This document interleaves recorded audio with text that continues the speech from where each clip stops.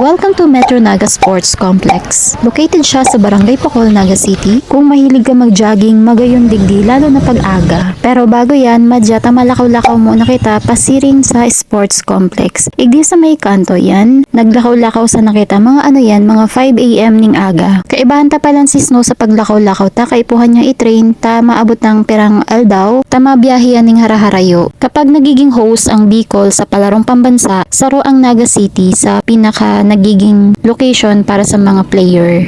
Digdi sa inutan, darakulaon yung mga kahoy, tapos dangog-dangog mo yung mga gamgam, feel na feel mo yung nature.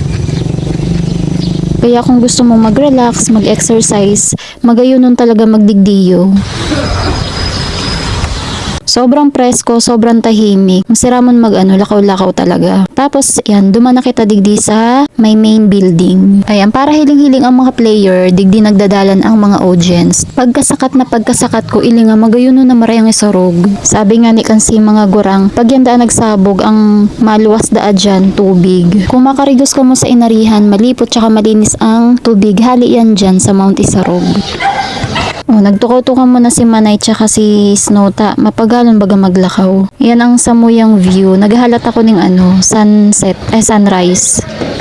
Lakaw-lakaw mo nakita digdi sa taas. Bali arugyan kayan, dahil siya gaanong malinig ta, dahil pa man mayo siyang kawat. Pero pag halimbawa siya, may palarong pambansa, tigme-maintain siya. Pero duman sa may dulo, siya, garo na raot dahil sa bagyo. Ayan ang ating pa-sunrise. Tapos nagbaba na ako, madigdi kita sa may track and field para mahiling manindo. Ayan, si mga mahilig dyan mag-exercise, pwede duman sa inutan, pwede digdiyo sa may tao, igdi sa may track and field. Ayan malawakon siya, dakulaon siya na lugar. Igdi si mga mga nagdadalagan, anong apod kang sports na kayan, hindi ko matandaan. Tas may tennis court siya, igwa dyan swimming pool, kaya lang igwang nagkakawat, kaya din ako nagduman. Tapos ayan, balik na ulit kita duman sa inutan. Ayan, darakulaon yung puno. Tapos, siramon sa talinga ang mga ibon. Ayan, maganda si Atse. Cherries.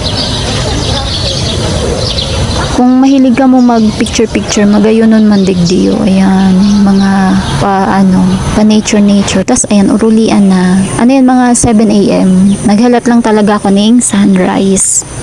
Like and share. Thank you sa mga nagdalan.